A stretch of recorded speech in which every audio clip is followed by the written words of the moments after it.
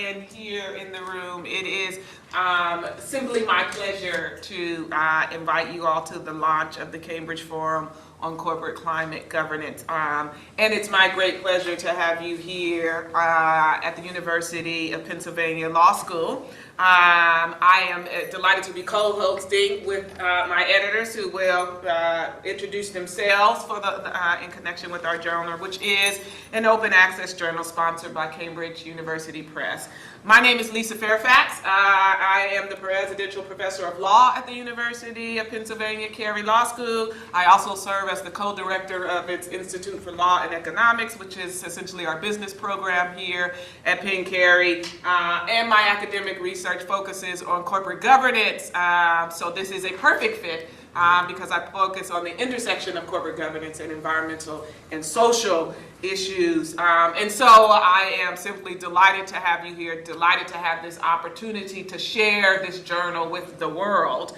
And I just want to share three things before we kick it off. The first is the journal itself is aimed at highlighting innovative research and thought leadership at the many people around the world that are not just uplifting these issues, but also trying to find actionable solutions.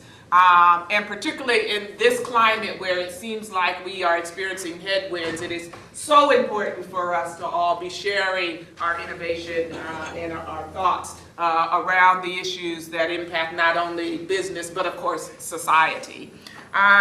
The journal is also aimed at engagement through the lens of governance, right? Hence the title, Cambridge Forum on Corporate Climate Governance, which of course means that it's aimed at understanding the policies and practices that impact the decision-making of businesses and seeks to hold them accountable for that decision-making in a transparent way. And finally, the Cambridge Forum on Corporate Climate Governance is intentionally interdisciplinary in focus. And it's intentionally interdisciplinary in focus because it's intentionally aimed at an interdisciplinary audience, right? The journal is designed to be the very embodiment of what we're all trying to accomplish. That means bring as many people from as many sectors of the economy, from as many places around the globe to bring their thoughts, their leadership, and their passion to an issue that we all know is of critical importance to our society.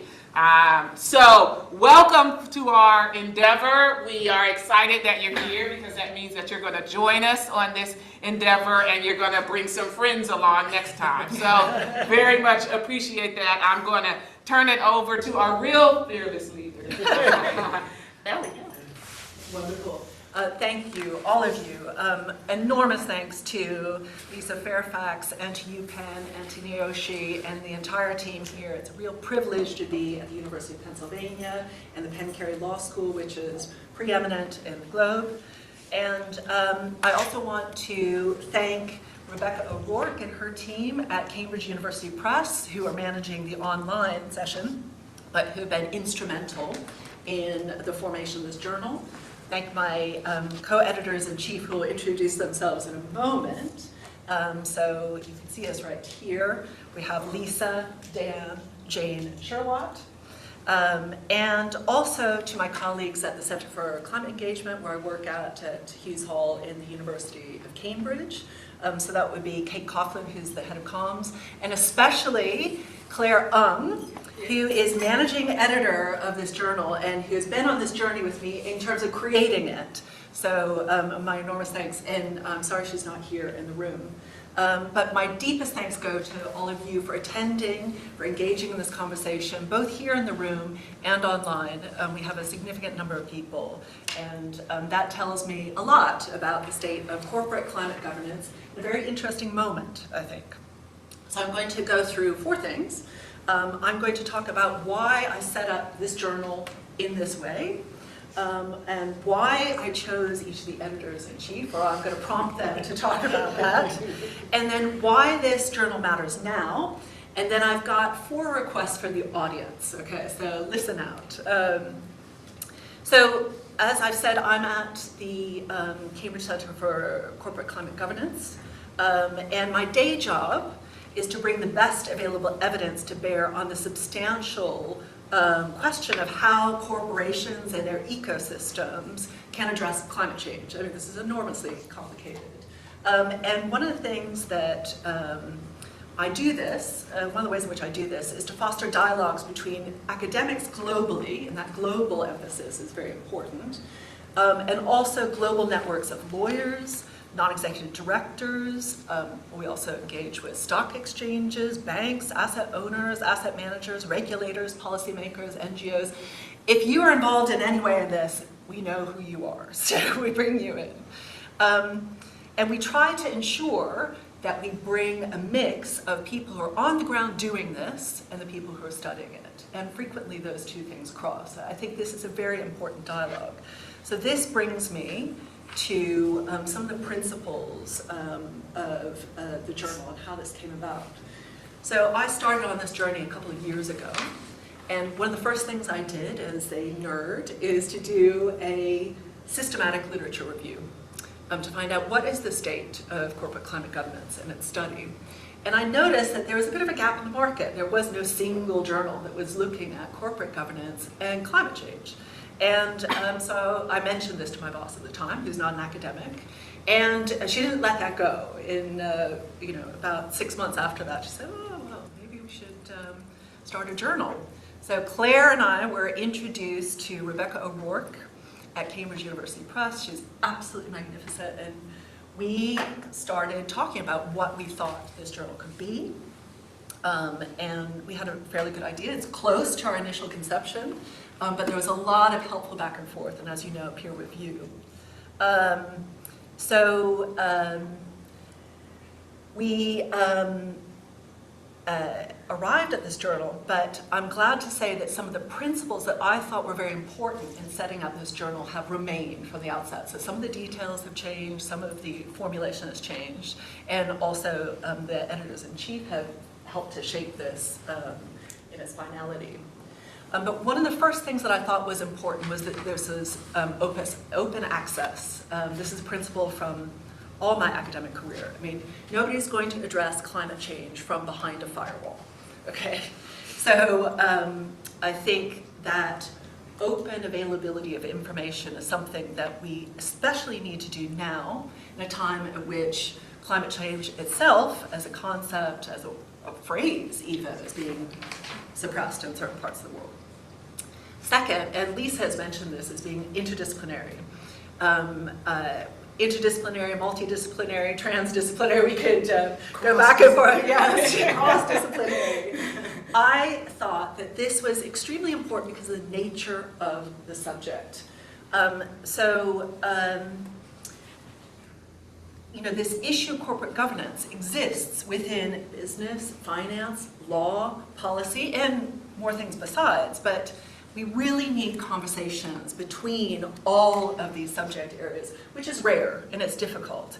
And we know some of the reasons for this within academia. That is, factors of esteem are frequently tied to very strict specialization in a subject area and even sub-specialist areas.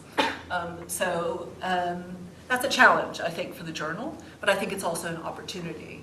And I hope that people engage with the journal on that basis, that it's meant to bring these different things into dialogue with each other. I would like to note that these kinds of silos are not unique to academia. That is, you see them also within corporations, within their ecosystem themselves, and this is one of the issues with actually addressing climate change, I would argue. So fostering those conversations, both within practice, within academia, I think is one of the hearts of what this journal is trying to do. My third thing is, and I mentioned this before, is I think it is critical for people who are on the ground doing things, practitioners we call them, non-academic experts, whatever we want to call them, plus academics, that they speak together. Now, I've published in a number of different disciplines, and I think one thing that's heartening about business, finance, law, policy is that frequently you get academics who have been practitioners and vice versa. So there's much more of a dialogue between practice and study, if you like, analysis, than we might think. And I think this is critical. The fourth thing is, again, something I've brought from other work that I've done, and that is the importance of plain language. So I am a Lancet commissioner, I've published in clinical research, and I've been on grant awarding bodies. So I know this seems like a bit of a side thing, but if you just think about technical language, you know, in clinical research, you get a lot of technical language. But actually, the gold standard for that research is done within plain language. And this is immediately relevant here because we have people within different disciplines who are not specialists in the others, who need to be able to speak to each other. We have people who are practitioners and academics who need to speak to each other. So plain language does not, I think, forbid any kind of sophistication in discussion. I think it's necessary for advancing the subject area. And finally, this is very important to me, it had to be global. As much as we could be, it had to be global. Climate change affects all of us across the globe. The companies are multinationals, and this is where we also need to break down silos and inequalities. And I am very keen that we make each issue of this journal as global as possible and bring in voices from every continent. So this brings me to my fellow editors-in-chief, who within you know, their identities where they've been born, but also the jurisdictions where they look, cross most of the continents in the globe, which is a great privilege for me. They are experts in business and law predominantly, but also have expertise within finance and policy. And I will get each of them to hopefully address this when they introduce themselves. And I just want to say a second thanks here, which is I basically didn't know any of them until a little while ago.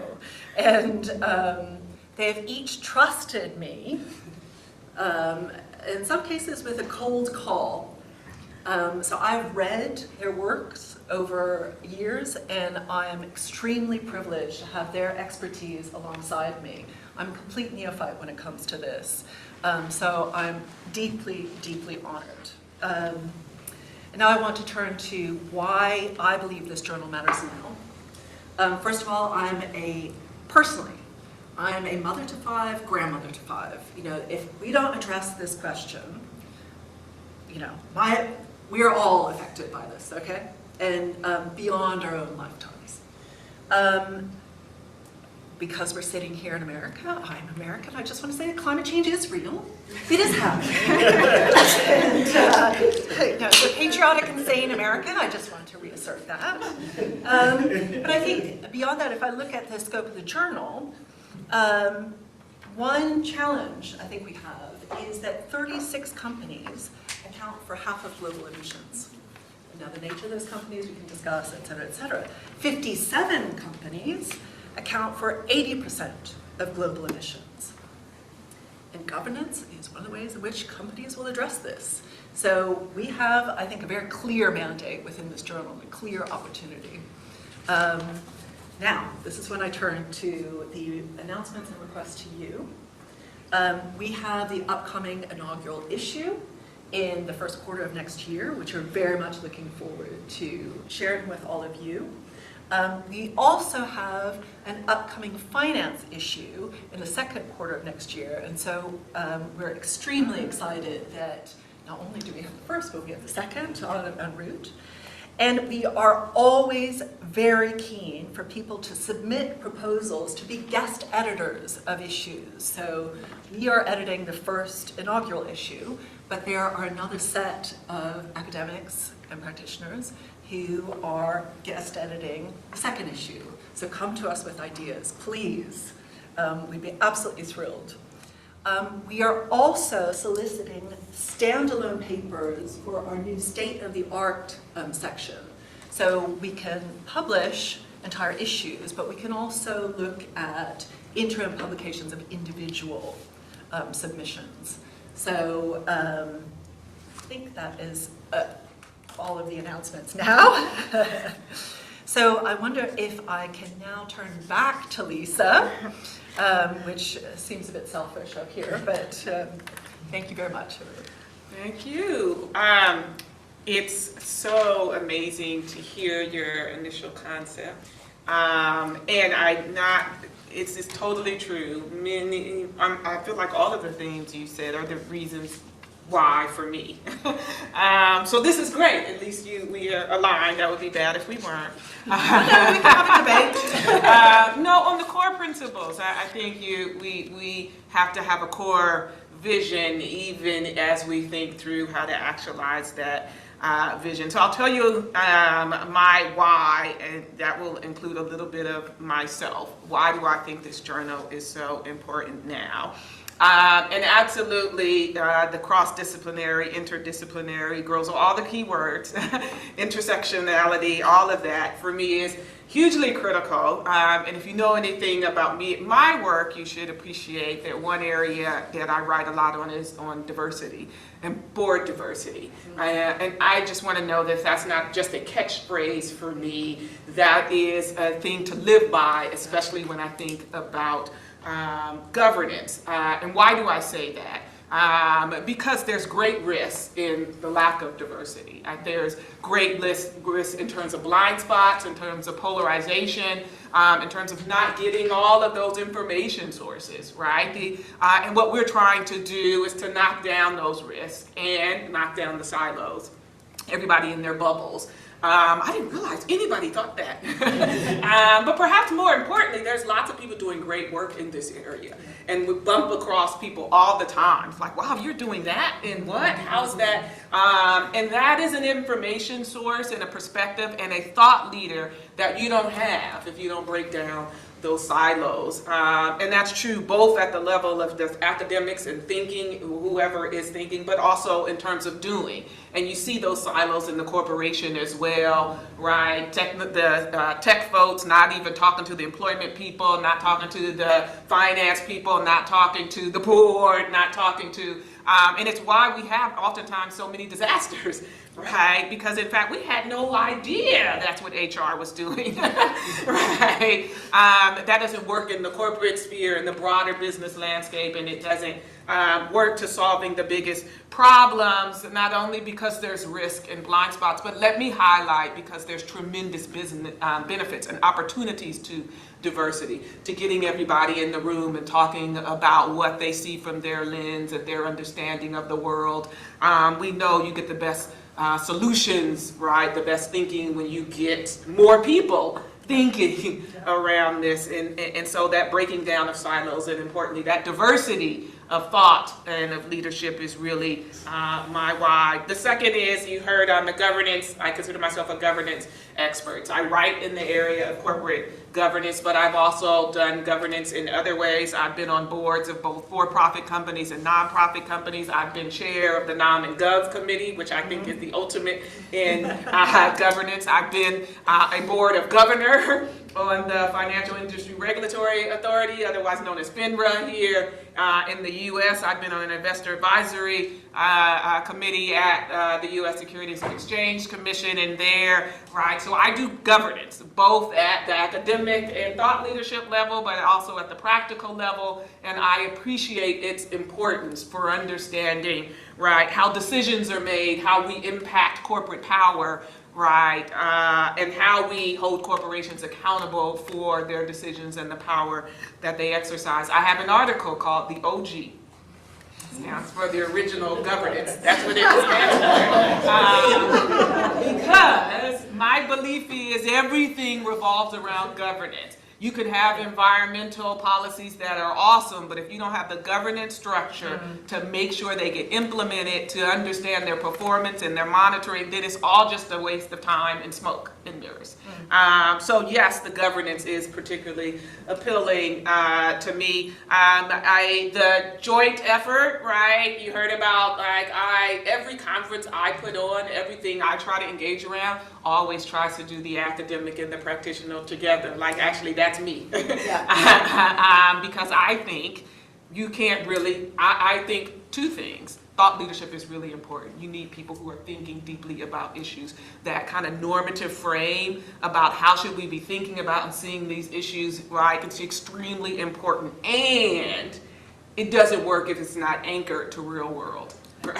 Yeah. So people always talk about our ivory tower. Sometimes you sit up in the tower and you think of really important thoughts. But then when you bring it down, right, how do we actualize those thoughts? It's so important to bring those two together. That is my frame. The other frame that is my frame is actually plain language. I absolutely, sometimes in corporate law, we love our jargon. Right, we love it. I just can't. And sometimes I tell my students, like, it's so exciting to say rent sinking and all the things, right? Game theory, I could go on. We don't have that kind of time. It's so exciting to say that. And don't get lost in the jargon, right? I think one of the things I love about teaching, but especially teaching corporations, is to demystify the jargon.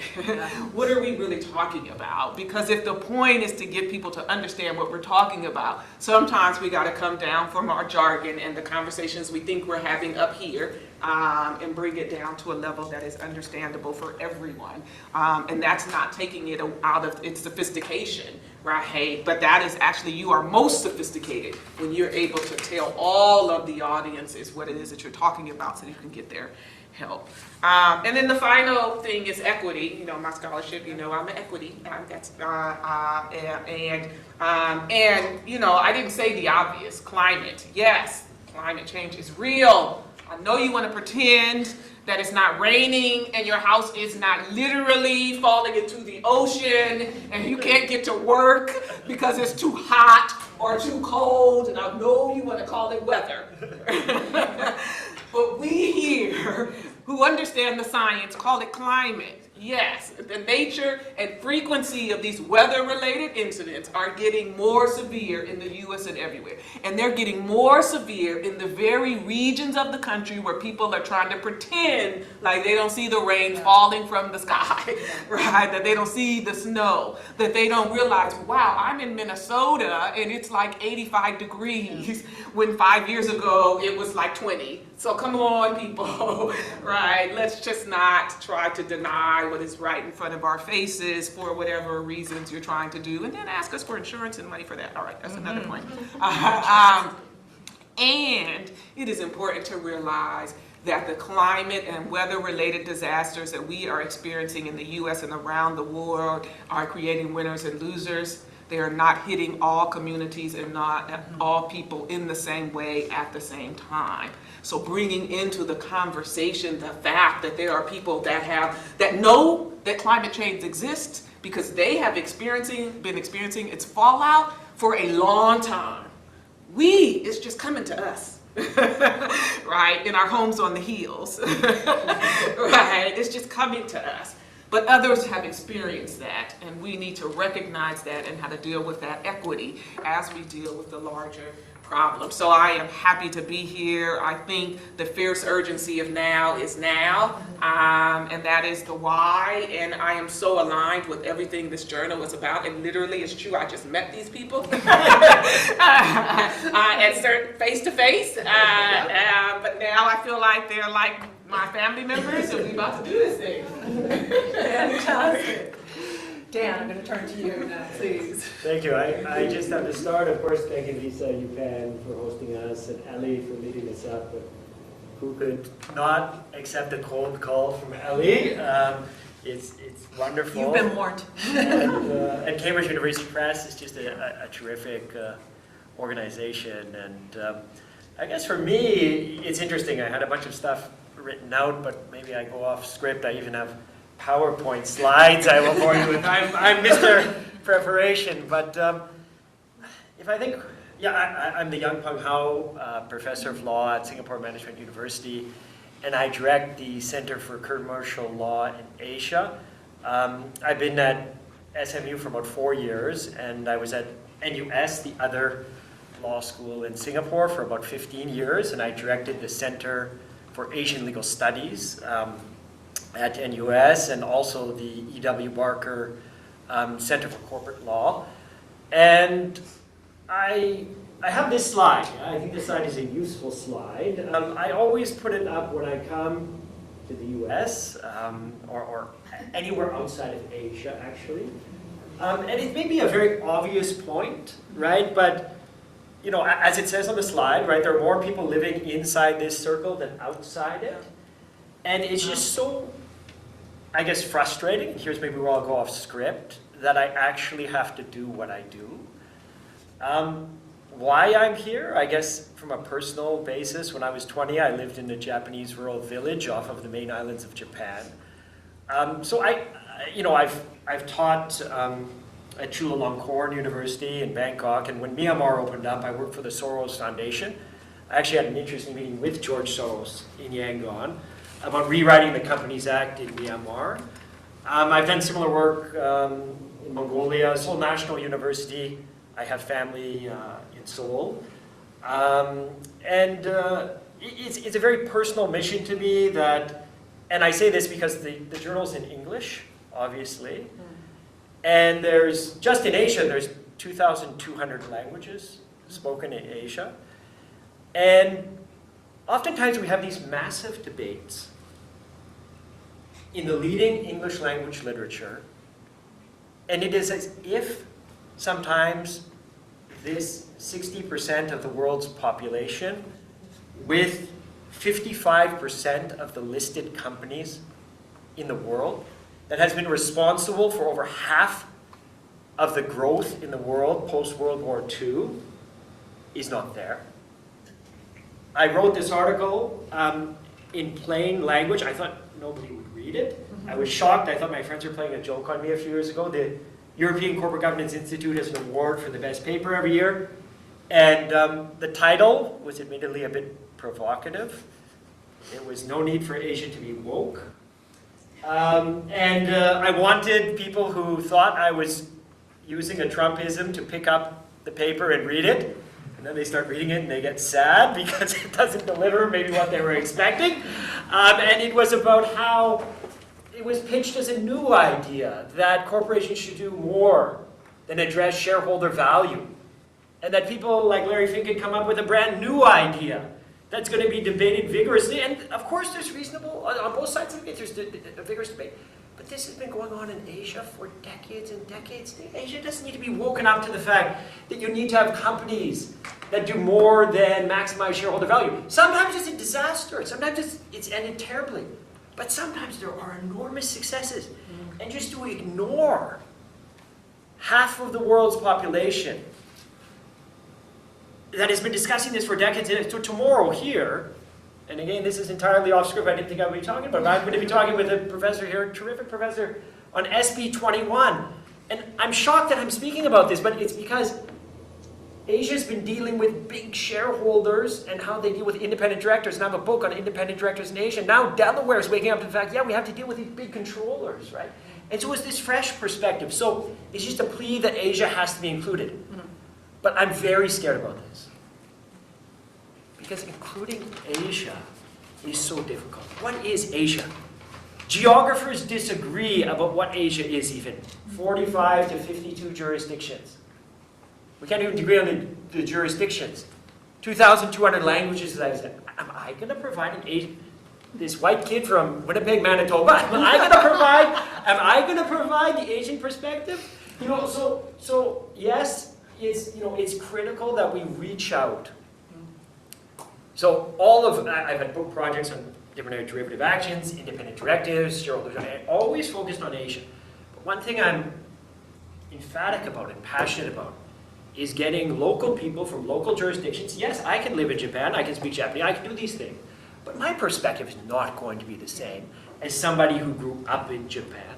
It's not going to be the same when I go on the Soros Foundation to Myanmar as somebody who actually lived in Myanmar. Yeah. And so we need to get people from and I'm so proud and so happy that Rohan is here, Rohan Akbar, and Rosa Nuriev. Rohan is from Indonesia, Rosa's from Kazakhstan. We've co-authored together, and I presented a paper on independent directors being abolished in Indonesia at Duke yesterday, or 3 days ago. When I presented, I thought, when was the last time anybody presented on Indonesia at Duke? in the law school.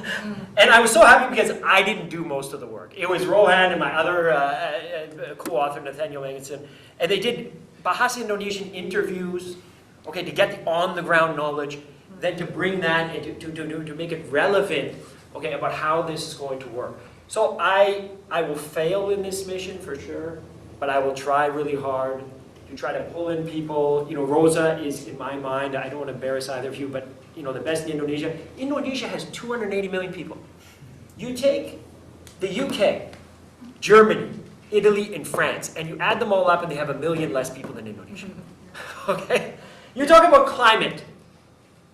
Not only the massive population, but the biodiversity that runs across Indonesia, the rainforests, right? It's just unbelievable. You need to know about that to solve the problem. China, right? China now, and I have another, I'll bore you with another slide of China. Like, if you look at the trade relationship, who's going to be setting the standards around the world? Look at this is a map where the U.S. was the largest trading partners. And if somebody magically clicks a button, now somebody's listening to me, this is, UPenn is awesome. Things just happen, yeah? You'll just see magic happen on the screen here. Okay, 2020 to 2024. Who's going to be setting the standards? We talk about the standards coming out. You talk about the Brussels effect, right? You talk about the CS-DDD, the CSR, right? Your Corporate Social Responsibility Due Diligence Directive, right? And the Corporate Reporting Directive, right, in the EU, and CBAM, right? All of these acronyms. There's too many of them to come off my tongue properly. But this idea of a Brussels effect, right? How about the Beijing effect? You look at that map and you think, how about the Beijing effect, right? How about the Bangkok effect? Now, why do I say this? Rosa and I are doing some research in Thailand. Thailand has been incentivized by the European Union to probably be the first country in the world outside of Europe to put in their version of the CS-DDD. A fascinating story. Is this good? Is this bad? Is this, as Rosa and I said in one of our papers, our subtitle was, a key to saving the planet or colonialism repackaged? Why is Thailand doing this? Are they doing it to get into the OECD? Or do they really, you know, there's very complicated ground level issues. But why is this journal so important at this point in time? We are, at least in my estimation, I think Rosa agrees with me, we are at a breaking point in the world, what I would call a sea change, where geopolitics and corporate governance are becoming, geopolitics has always been there, it's rising in importance, but the players are changing, right? This Beijing effect, this possible Bangkok effect in ASEAN, which has 700 million people, right? And then you have arguably, I love alliteration here, the Berkeley effect, California, but California is an internal. Yeah. The US is fighting inside itself, right? It's state to state, without an attempt to go beyond its borders, right? And so these are the things that I hope this journal can address, right? I think it's the Asian perspectives. I don't say Asian perspective. Asian perspectives absolutely must be there. It's a very hard thing to do. And why is this important? Because we're in a critical time environmentally, of course. We're maybe past the tipping point, right? I'm a latecomer, I'll admit. You read my work, my dear friend Umakan Verito, who in my estimation is the best corporate law scholar on India, he was telling me CSR 15 years ago. I said, you're wasting your time. There's going to be nothing there. Yeah. And now I've started getting into this because of my son, because I believe in it personally, but also because I think there is such important things to do on the ground. And if we can translate our ivory tower that Lisa talked about to on-the-ground work with people who really can have impact, and I keep inside my lane. If it's Europe, the US, and this, or I try as much as I can, right? Tomorrow I'll let Jill Fish talk about Delaware. But within Asia, right? Like, I just think it is so important and so exciting if I can try to mainstream. Asia shouldn't be a niche area in the English language. We shouldn't even talk about it. It should be mainstreamed into what is going on. And with that mainstreaming, with those perspectives, some of them will be good, some of them will be bad. A lot of disagreement, massive disagreement. But that, having the multiple perspectives and the disagreement is necessary because this is a global problem that demands a global solution, right?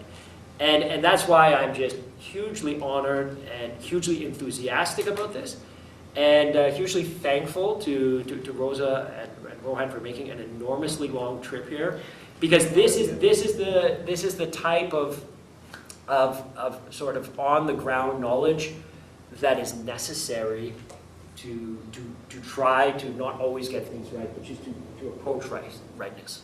Yeah. And I think we can achieve this. It won't be easy, but I just thank everybody, and I especially thank Ellie for the cold call. So I'll finish there, and I'll hand it over to Sherwood. Sherwood. All right. So everything there, but a little bit more. I don't know how to say it. Hi. So yeah, so Sherwood Ibrahim here. I'm associate professor at the Ontis Harris Business School at the American University in Cairo. Again, privileged to belong to a university who's been having impact in the region in terms of programs and education in Cairo and in Africa at large. So there's like some schools that follow and get all the stamps from the US and the West to prove that they're doing the right thing. And again, I'm lucky to belong to one of these institutions. And it gave me, I ran the executive MBA program for many years and the MBAs. And when COP was being held in Egypt, we had this wonderful initiative working with like 8 elite schools again in Europe, business schools for climate leadership, following again how climate should be related to to business, and this kind of it's not a policy thing. It affects corporations, it affects board of directors, it affects the technology and the employees, it affects strategy. So again, I began leading this initiative wearing my UN Global Compact hat. I'm representing Prime Chapter Africa for the Responsible Management Education arm. Up till 2 days ago, actually, I just hand over to my vice chair, but I was founding member, chair for 3 years, elected chair for the PRME Chapter Africa. And again, yeah, it was a wonderful journey, and we just go around the globe figuring out how much we can learn from the West and incorporate in our curriculum and everything there too. I'm in the academic part, I'm a supply chain management professor. My research was on the sustainable supply chain, so I have a very operational lens on how climate action affects technology absorption, adoption, global value chains, the role of being an exporter in global trade, again in Africa, our very, very minimal role, at least in the formal records for what's happening in global trade.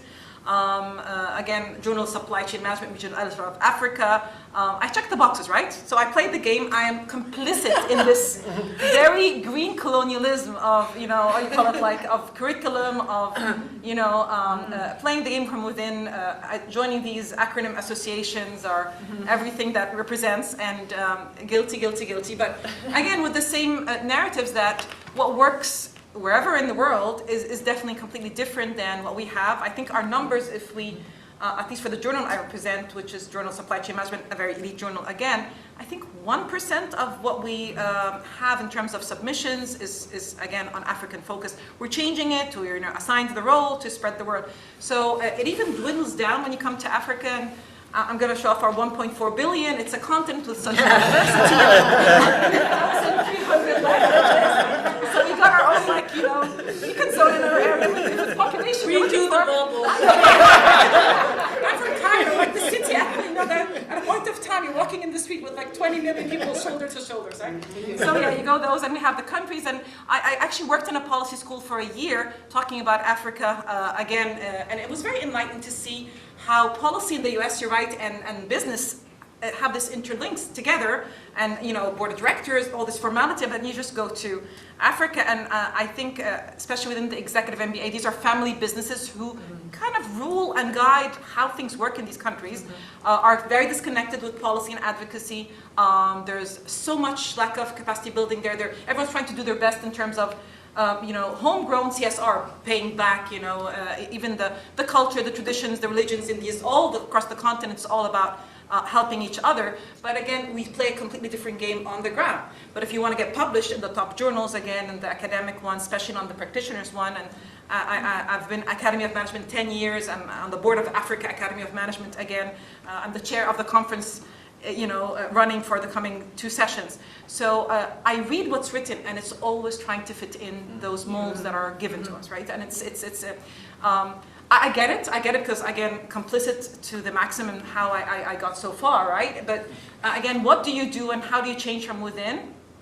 Luckily, there's a very nice call for having our voices heard, but a lot of tokenism there too. Like, I love the cold calls and everything, but even the way we want to, approach transdisciplinarity among us, it's helpful if you are from Africa, but again, you're on strategy, on management, because then you can check 2 boxes in the, we cannot be such a larger team, we're already large and we're already very diverse, but when we talk, we have to really try to represent 2 or 3 hats to make sure that we are checking the regionality and again the disciplinary piece and even within the disciplines, and it was brought up before, is like there's so much silos in academia. It's ridiculous. Like and again, you have to be very academic to do so. So it's very refreshing to be finally at a stage in your career where you can say, I can choose not to, right? I can choose to write what I want to write. I can choose to contribute where I want to contribute.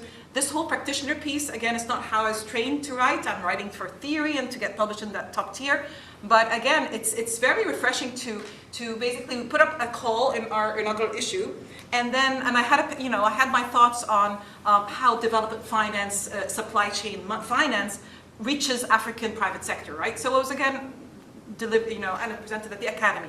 But then I found in the call 3 or 4 papers that affirm that what I'm thinking about is there. So it's very nice to throw this kind of net and see what holds, and hopefully trusting me and my colleagues to have to connect the dots. And I think this is where we can really serve, because we know what's out there to some extent. We can see it. So reading even through the inaugural issue, you can just, the tutorial piece we're going to write, the finding that, in France, what is the climate board configuration you have, Anna? Is the paper, what I'm writing is about what's a climate conscious board. What are the check boxes if you want development finance you need to have in your board as features to show that you are doing the right thing to get the money, right? But you're doing it in France in a certain focus. And then, the paper again about the CVM from Brazil, it's exactly what's happening in the FRA in Egypt. And I work very strongly with the FRA. It's like, again, green colonialists, but we're all united that we're all having the same thing. We're sitting where we're sitting. And there's a pushback, and there's sometimes not. And I'm hoping this journal, again, would allow us this kind of space to be critical enough and to compare notes and see what emerges as important. We have to be humble, I have to say, in what we're going to mark as important, because we're learning as we're going as a team here. I'm very happy that climate finance is the second series of what we're doing, because I think where the money flows, whether it's US or Asia or Africa, is going to be a very big detriment to how things are going to unfold over the many years to come. So I think beginning with this nice inaugural issue where you're going to see a nice diverse set of country representation and topic representation, and then having some special issues. And this is, I want to echo Ellie's call here to really come up with what you believe the narrative should be, right? And if there should be one about Africa with the just transition, with the we don't, didn't cause the problem, what it be. So we would be deciding if this is too narrow or too broad. So it's a very honorable, I have to say, and a big responsibility you throw on us with that. It wasn't a warm call. I knew Ellie from Princeton days, so so that was nice there. But again, it's such a big responsibility, and in this relationship, there's affirmation that, okay, you might be doing something better. I'm not saying right, but better than what you used to do before, right? Because that's what we can aim to do, just do better than what was handed to us and have some impact as we go. Amazing. Thank you, Sherwa. Thank you so much. Jane, thank you so much. Very, very much. Let me take it over. First of all, saying enormous thanks to my wonderful 4 colleagues and new friends as we embark on this journey, and also, to all of you who've travelled from near and afar to be with us today, and everyone joining us online for what I think you've heard, we all hope is going to become a really vibrant, engaged, mutually, constructively challenging, and sort of advancing an agenda community of both academics and practitioners, and many who span both boundaries. I think very quickly and briefly on myself, I'm Zimbabwean and British. I sort of started my career in food security, agriculture and rural development in Southern Africa. I then went to become a banker with Citibank in Asia, mostly in Asia, based in the UK and Hong Kong for about 5 years. And then through one of those serendipitous events in life, met someone who had been asked to set up what is now the World Business Council for Sustainable Development at a student conference. And I went to work for WBCSD in the lead up to the Rio Earth Summit as they brought together that initial coalition of 50 CEOs, very much from around the world, to be one of the sort of first really formal business inputs into a UN conference. And decided this was the passion and did not ever go back to banking. And have sort of now spent the last sort of 30 years working mostly on the practitioner side, sort of building sort of senior level business coalitions around sustainable development. Had the opportunity to work with Kofi Annan, the late Kofi Annan at the UN, preparing his report for the General Assembly on why the UN should work with business at the time of the setting up of the UN Global Compact, and with what was originally called the Prince of Wales Business Leaders Forum. And then over 20 years ago came to America for one of those 2-year stints to serve as the founding director of the Corporate Responsibility Initiative at Harvard Kennedy School with the late Professor John Ruggie. And as many of you will know, we provided the Secretariat for the UN Guiding Principles on Business and Human Rights. And for the last sort of 2 decades now, our initiative is focused very much on sort of new models of governance, very sort of action and sort of practitioner-oriented research on new models of corporate governance, new models of sort of public policy governance, but also new models of multi-stakeholder governance to advance both more equitable and societies, respect for human rights, and global development. And I continue to work there, but also serve on a couple of global mining company boards and on sort of sustainability advisory councils for a number of fairly large sort of banks, healthcare companies, energy companies, and food and ag companies. And I think in terms of, so that's the very sort of personal why, that grew up in a society that had enormous inequality, racial injustice, abuse of human rights, and that has sort of been a common thread throughout, and really share with colleagues the need to be much more conscious and intentional, even in elite environments of people who have a tertiary education and are sitting around these tables, that we are very conscious about ensuring voices from everywhere are not only heard but have a place in the discussions from both an academic and practitioner perspective.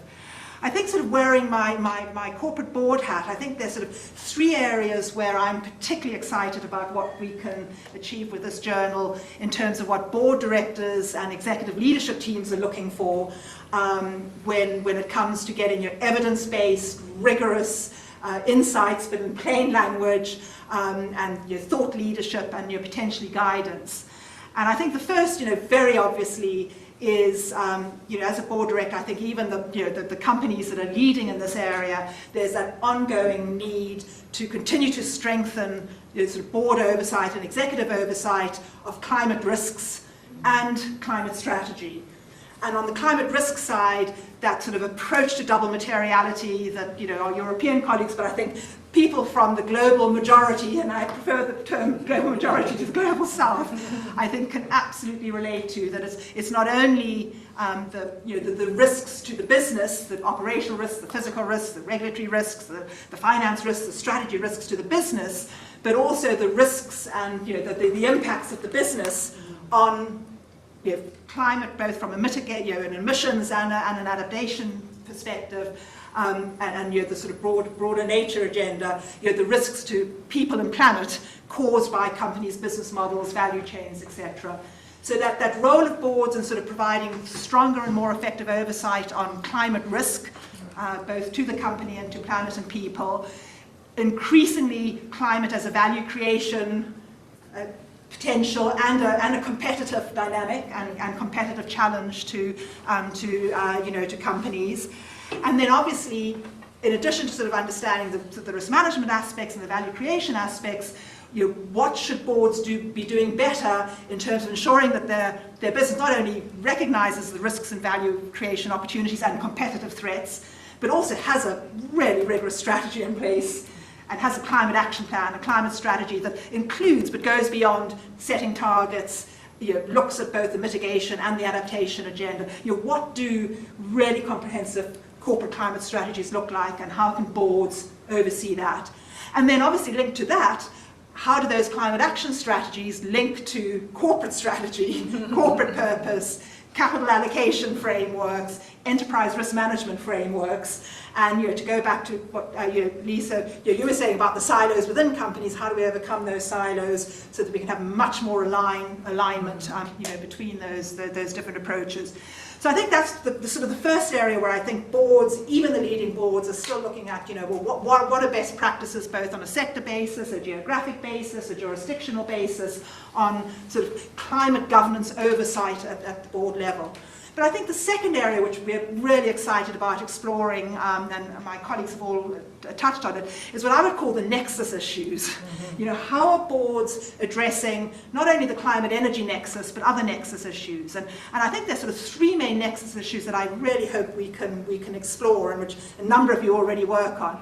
First is just the climate energy nexus issues, and that it's no longer just sort of climate energy from a sort of scientific technical perspective. You've got to understand both the mitigation agenda and the resilience and adaptation agenda. And in many ways they've sort of been played off against each other, even at COPs, as opposed to thinking one's got to look at both of them in an integrated way. And increasingly, we've got to be looking not only at the energy transition agenda as boards of directors and policymakers, but obviously the energy security, energy access, or the so-called energy trilemma. So even just looking at the climate energy nexus and interface, there's a lot of complexity. Then I think there's very importantly, and colleagues have mentioned it, that nexus between climate energy and nature, biodiversity, water, and critically important, people's rights, equity, jobs, livelihoods. And again, particularly the big global companies, but also many of the large companies within every country and family-owned companies that have a big impact, depending on their sector, having that more holistic approach is critically important, but while recognizing that the sophistication and rigor of actually understanding climate metrics and climate reporting and what type of investments you're going to make and different energy trade-offs, etc., is massive. You've also got to be looking at that broader nature and people agenda. And then I think the other sort of key nexus issues that we're seeing more and more are the sort of sector and value chains nexi, or next, I don't know how to describe it, in that we're doing some work. I'm co-chairing the World Economic Forum's Global Future Council on the energy nexus at the moment, and we're doing some work, not surprisingly, on AI and data centers. But what was fascinating in that work is that it's all the AI companies, but it's also critical minerals companies in their value chain, and it's the trade-offs they're making between renewables and non-renewables, within renewables, the different types of renewables, the land use challenges. And you look at every single industry sector at the moment, the boards of directors are having to grapple with not only getting the climate part right, but those nexus issues. So I think that's the sort of second area I think is very exciting. And it requires boards very challenging, which is very much the multidisciplinary approach that we've all talked about. It's not only about climate science and technology anymore, it's also obviously about climate and nature and the sort of people and jobs and livelihoods policies. It's about climate finance, including insurance. So it's about climate geopolitics and climate national politics. So boards are having, I think traditionally, once a year the sort of environment team would come in and do a presentation to the board about, well, this is what we're doing on climate, and disappear again. And now, it's at every single board meeting it has to be addressed across a whole range of issues, not only the finance and the science and the technology side. And then very quickly, the final area I think that's got an enormous potential for us as a community that I'm seeing boards grapple with are the sort of the structural and the organizational design aspects. So we're saying, okay, boards now have to take on everything they've always taken on, and whether they're family-owned boards or state-owned boards or publicly quoted and publicly listed boards, they've got to take on everything that they traditionally take on. Now they've got to take on, climate and the complexities of climate and nature and people and human rights. How are we both structuring boards, but also executive leadership teams, and incentivizing and building the capabilities that are necessary? And there's an ongoing debate, which I think we're all familiar with. Should you have a sustainability committee or should it be the full board? And there's a tendency to simplify rather than sort of say, well, actually, obviously, it probably needs to be both, and the audit committee and the nom and gov committee and the REMCO, the remuneration committee, all need to be looking at these issues, and that's at the board level. But also, how do we move these issues from the chief sustainability officer, and the chief sustainability officer have a critical role to play if they exist in a company, to the chief financial officer, the chief human resources officer, the chief operations officer, the chief procurement officer. So what are those organizational and capability building and incentives? But even incentives, we all hear, okay, we need incentives, but when you get to the nitty-gritty, is it in the short-term incentives? Is it in the long-term incentives? Are you looking at leading indicators or lagging indicators? So there's, I think, enormous granularity that we need to get beyond boards and companies need to look at these issues to, what are the best practices? What are the lessons? What works? What doesn't work? Both in that sort of board oversight of climate risk management and strategy, the board oversight and engagement around these nexus issues, and how boards and executive teams are structuring and building capabilities and incentives to address both of the first two. And I think if we can address those, and as other colleagues have said, with examples from wide variety of sectors and all regions of the world, then hopefully as a community we can really achieve something together. Amazing. Thank you so much, Jamie. I realize we only have a few minutes, and I'm going to turn actually to online because you're here in the room and we get to have a discussion with you a little later on. So Casey, I wonder if there are any questions from online that we can address here as editors-in-chief. Have a look. I don't see any currently, though online attendees, if you do want to pose a question, you can do so using that chat feature there, or you can use the raise your hand function and I can unmute you. Signal it. Mhm, Okay, yeah. very good. Okay, do we have any questions here in the room then? And I just say that as you can see from all of our comments, we have big goals and plans. But that only means that when you send things our way, even if it's not this issue, one of the things that happened even with the inaugural issue is it generated ideas about what we wanted to do for next issues, and we pushed them aside and said, let's do this or let's think about that. So there's no magic to it. And we need you to kind of help us think through. There's so much stuff here that's probably a whole new issue that we should probably spin off. So what you send to us is what the journal is. And as guest editors, you can have total control over an issue and really direct it your way and take up some of the challenges that we have outlined and many more. Yeah. So we do have a question. Cynthia Williams, I just had a question. There's a just transition issue planned, and Cynthia, absolutely, we've had a number of conversations about that, and I think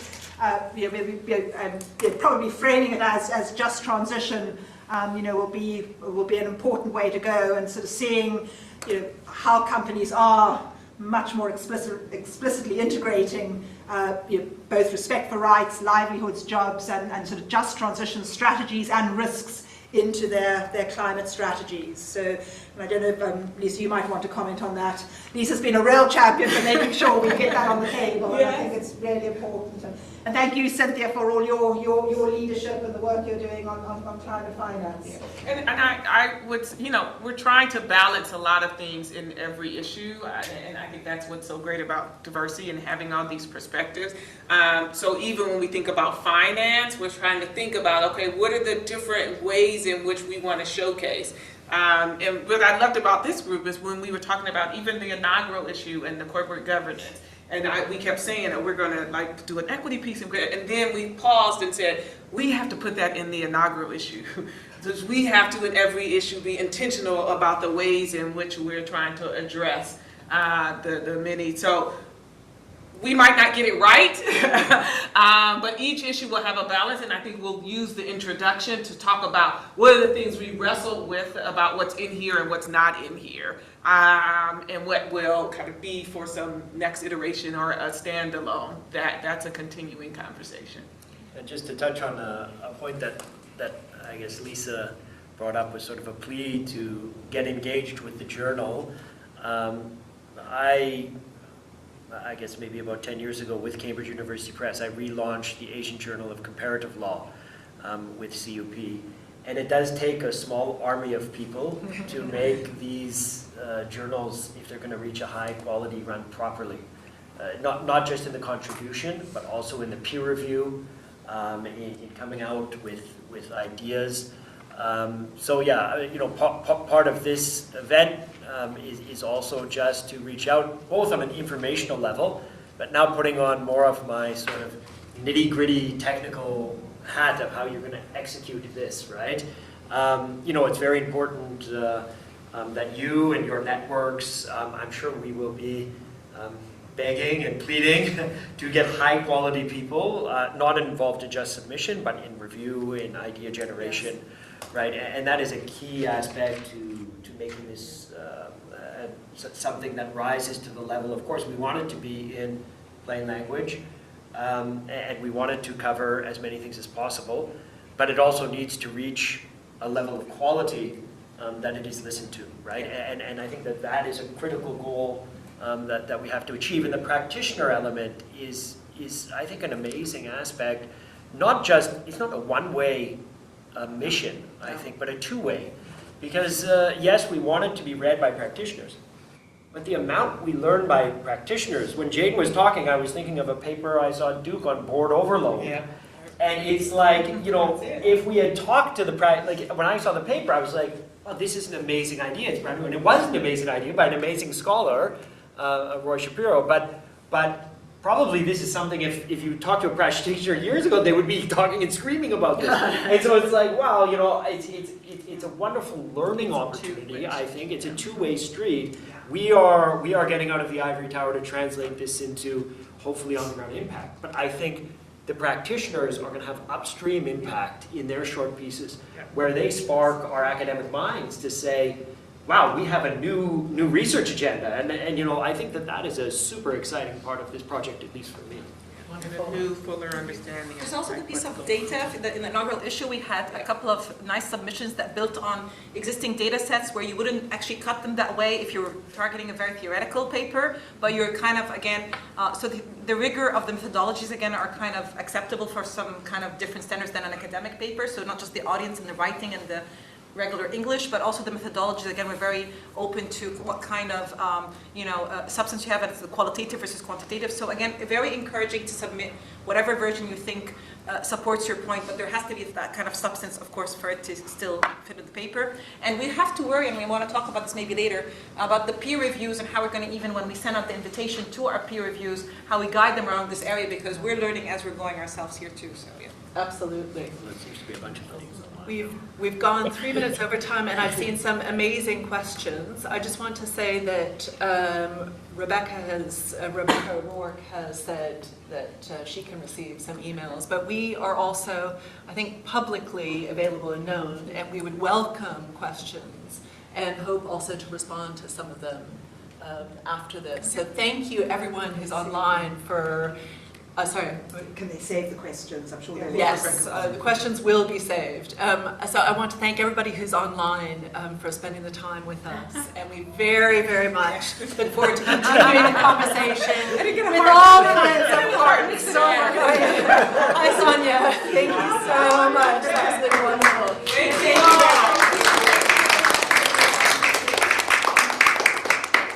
Thank you.